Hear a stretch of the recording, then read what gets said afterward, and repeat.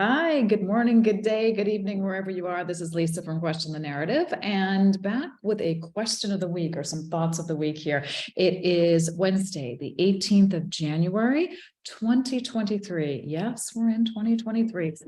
All right, an interesting time. So today, a question that I've had is that as I always look at the headlines. I look at the headlines of the Financial Times, the Wall Street Journal, some other things, Epoch Times, a variety of news sources, some mainstream, most of them non-mainstream, but I like to get a perspective and sort of see the patterns, more the patterns than the actual what they're saying.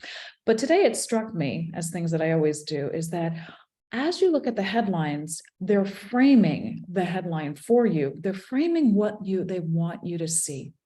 They give you a little bit of truth or just enough truth or information, and then they frame it and they tell you what to think about that information.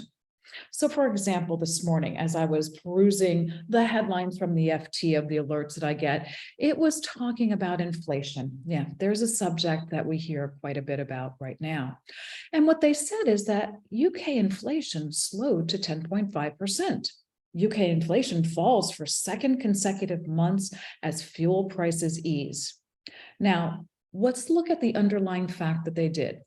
The number that they have as a statistic, whether we believe that the government is giving an accurate statistic or not, it's still saying 10.5% inflation.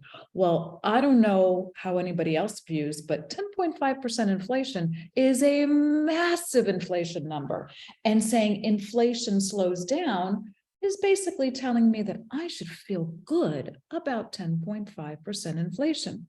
Well, I don't know about you. I don't feel good about 10.5% inflation, even if fuel prices are coming down slightly, because not only are food prices and housing prices and every other and healthcare prices going up, it more than offsets the slight change that one might get in the fuel prices.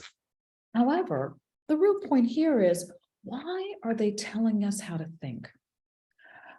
That's the key point. They're shaping a narrative. And that's really what this whole channel is about, for us to think about that. So I'm always saying to myself, when I hear these pieces of information, I step back and I say, why do you want me to believe that? What is the narrative that I would create?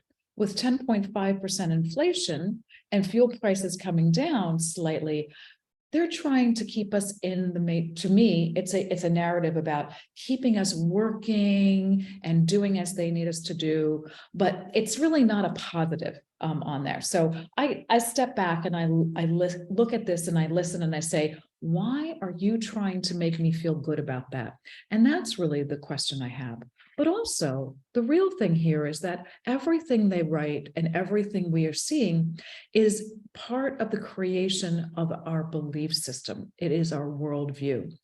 So I started this out by saying, I was triggered by headlines in news, but the same thing happens when our friends and our families tell us their worldviews.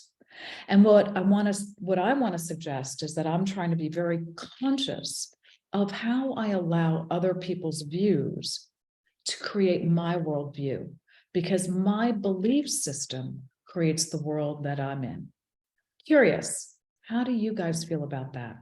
I'd love to hear it in the comments, and I'll also put a link down below to the Telegram channel that's connected with this, and you guys can have a dialogue as well. But I'm curious, because our belief systems create our worldview. Do you believe that? Do you also believe that there's just enough information in the narrative to create it, that they're telling us to have a certain belief system? Why do they want us to believe what they believe so badly? What happened to giving news just the facts and then allowing us to create our own narrative? Very curious. All right, I hope that's an interesting one for you guys this week, and really look forward to your comments. Have a wonderful day wherever you are. Ciao.